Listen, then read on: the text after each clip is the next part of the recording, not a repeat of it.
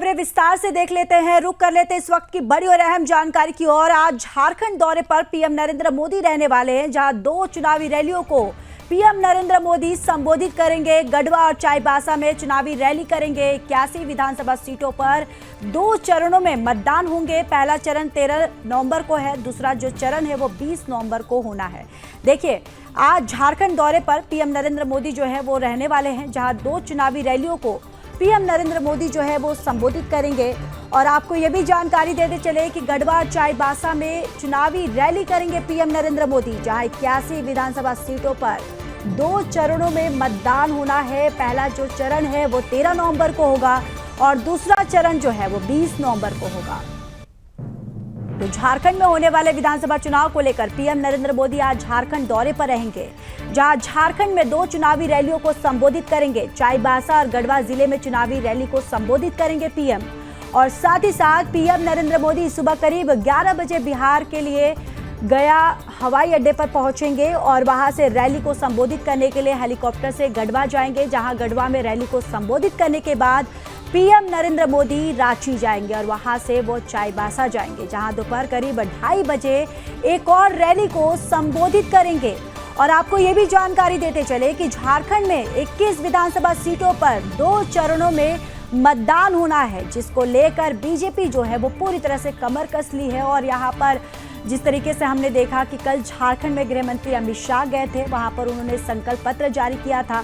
अब आज पीएम नरेंद्र मोदी जो है ये भी आज झारखंड दौरे पर रहने वाले हैं, और जिसका पहला चरण आपको ये भी बताते चले कि 81 सीटों पर विधानसभा चुनाव होने वाले हैं और पहला चरण जो है वो 13 नवंबर को होगा। तो वहीं अगर ये भी आपको बताते चले कि जो दूसरा चरण है वो 20 नवंबर को होगा। इसके साथ ही जो रिजल्ट है, यानी कि जो मतगणना का जो परिणाम है वो 23 नवंबर को होना है। तो आज झारखंड दौरे पर पीएम नरेंद्र मोदी जहां 2 चुनावी रैलियों को संबोधित करेंगे।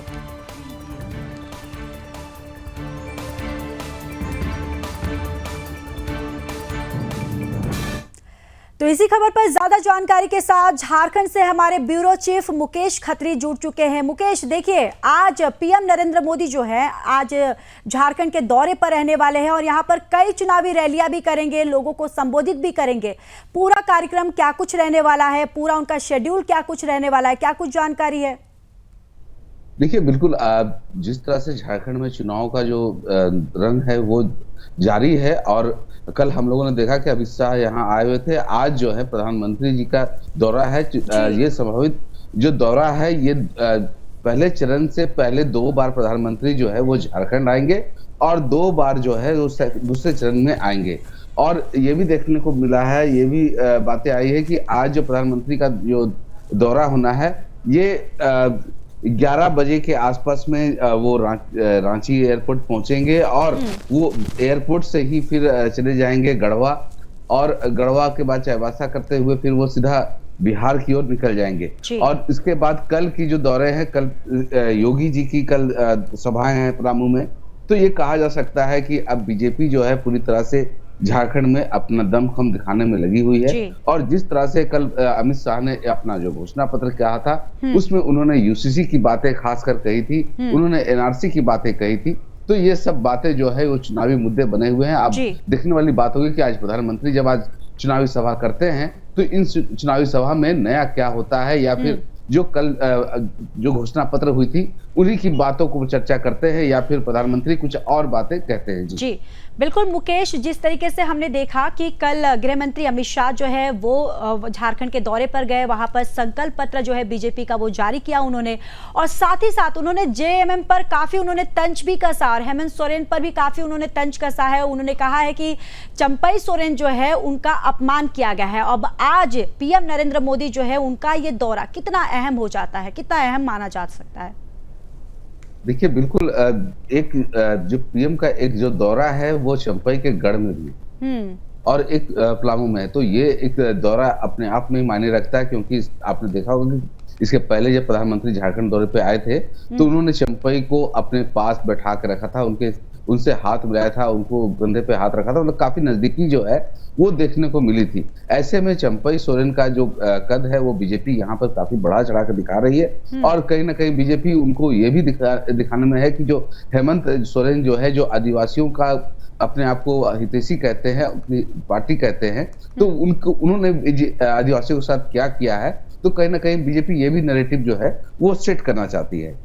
अब ये सबसे महत्वपूर्ण है आज की जिस तरह से प्रधानमंत्री का दौरा है, उस दौरे पे प्रधानमंत्री जब भी आते हैं तो कुछ नया कह जाते हैं। अब ये आज देखने वाली बात होगी कि प्रधानमंत्री अपने संबोधन में वहां चाईबासा में क्या कहते हैं, यहाँ क्या कहते हैं, तो ये सब देखने वाली बात होगी कि आज जो गढ़वा है, गढ़वा में उनको क्या कुछ वो कहते हैं, ये सब देखने वाली बात होगी। जी बिल्कुल मुकेश, ये जिस तरीके से आपने बताया कि ये देखने वाली बात होगी कि आज अपने दौरे पर पीएम नरेंद्र मोदी जो है वो किस तरीके से यहाँ पर वो नजर आते हैं, क्या विपक्ष को लेकर वो क्या कुछ कहते हैं, ये भी एक देखने वाली बात होगी। बहुत बहुत धन्यवाद सारी जानकारी हमारे साथ साझा करने के लिए। तो चलिए रुक कर लेते हैं इस वक्त की एक और बड़ी खबर की ओर, जहां पुणे से ये बड़ी खबर सामने आ रही है। देखिए, पुणे में दिल दहला देने वाली घटना सामने आ रही है, जहां कुशीनगर के एक युवक को रॉड से पीटकर उसकी हत्या कर दी गई है। हत्या का वीडियो सोशल मीडिया पर वायरल हो रहा है और महाराष्ट्र पुलिस ने आरोपी को गिरफ्तार कर लिया। देखिए, यहां पर पुलिस को भी इस पूरे मामले पर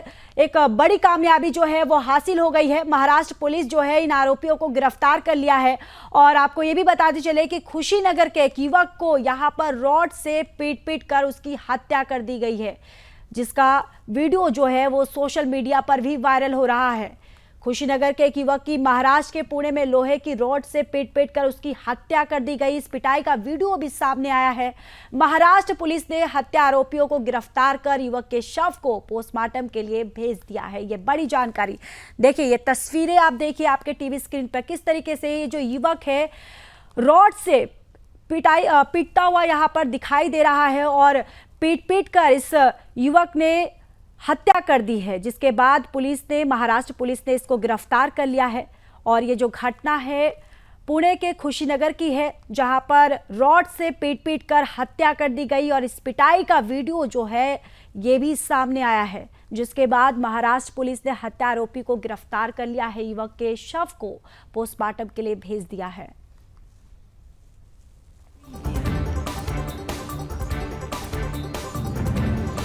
देखिए, तस्वीरों में भी आप देख सकते हैं कि कैसे वो युवक जो है वो लेटा हुआ है और एक आरोपी जो है वो आता है और रॉड से उसकी पिटाई करना शुरू कर देता है और पीट कर उसकी हत्या कर देता है। तो ये दिल दहला देने वाली जो घटना है ये पुणे की घटना है। देखिए, तस्वीरों में भी आप देख सकते हैं कि जो युवक है वो किस तरीके से सोया हुआ है और ये आरोपी जो है, आरोपी आता है और उसको सोते हुए रॉड से उसकी पिटाई करता है, ताबड़तोड़ उसकी पिटाई करता है। पिटाई करने के बाद उस युवक की मौत हो जाती है, जिसका ये वीडियो जो है काफ़ी वायरल भी हो रहा है। और अब इस पूरे मामले पर महाराष्ट्र पुलिस जो है आरोपियों की गिरफ्तारी कर ली है, शव को पोस्टमार्टम भेज दिया है और साथ ही साथ इस पूरे मामले पर आगे की जो भी कार्रवाई है महाराष्ट्र पुलिस जो है वो जुटी हुई है।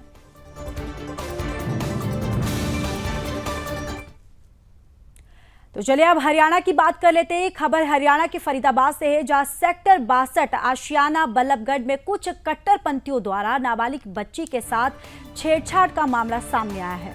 आपको बताते चले कि यह मामला 30 अक्टूबर की रात का है, जब बच्ची के साथ आरोपियों ने बदतमीजी की, जिसकी जानकारी पीड़िता ने अपने परिजनों को बताई। जब परिजन आरोपी के पास गए तो आरोपियों ने पीड़िता के पूरे परिवार पर लाठी डंडा और पत्थरों से हमला कर दिया, जिसके बाद परिजनों ने हमले की और परिजनों ने मामले की शिकायत जो है वो पुलिस से की। और पीड़िता की मां का आरोप है कि लगभग 4-5 दिन हो गए हैं, अभी तक पुलिस द्वारा कोई भी सुनवाई नहीं हुई है। जब हमने प्रशासन से सुरक्षा मांगी तो प्रशासन की तरफ से हमें कोई सुरक्षा नहीं दी गई। तो यहाँ पर साफ तरीके पर जो पीड़ित परिवार है उनका प्रशासन की तरफ से प्रशासन के खिलाफ यहाँ पर जो रोष है वो दिखाई दे रहा है। और पुलिस ने आश्वासन देती रही, जबकि इस मामले में लगभग 50 से 60 आरोपी जो हैं, पुलिस की तरफ से किसी भी आरोपी को गिरफ्तार नहीं किया गया। ये भी परिवार जो है पीड़ित परिवार का आरोप है। और वही मामले पर हिंदू संगठन से अरुण ने इस मामले को लेकर पुलिस इंस्पेक्टर जान मोहम्मद पर आरोप लगाया है। जब जान मोहम्मद सब इंस्पेक्टर उन आरोपियों से अपना भाईचारा निभा रहा है, आरोपियों को थाने में बिठाकर उनको चाय पिलाता है।